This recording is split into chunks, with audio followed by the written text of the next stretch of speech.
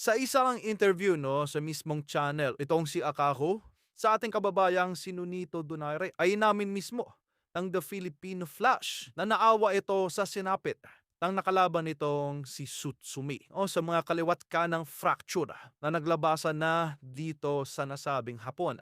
Hindi lamang po yung nose fracture ang tinamon nito. Nagkaroon din po ito ng minimal skull fracture, kanyang may kanang sentido.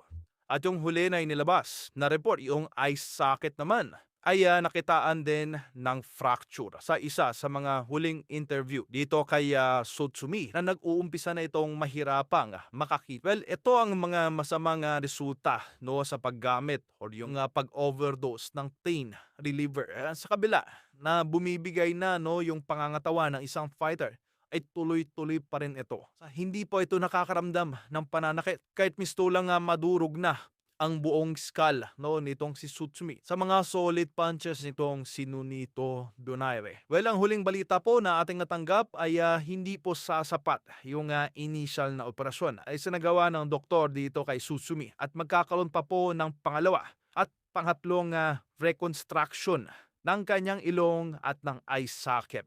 Well, marahil ay lalagyan na lamang po ng titanium plate itong eye socket ni Sutsumi. Doon pa man ay hinihintay na lamang itong kampo ni Nonito Donaire kung ito ay mag-aapela sa nasabing pangyayari. Noong makakakuha nga naman ang blood sample dito kay Sutsumi at may dala sa pamunuan ng WBA sa Amerika ay posible pong maging no contest ang naturang laban. Umibigay dito kay Nonito Donaire ang nasabing panalo.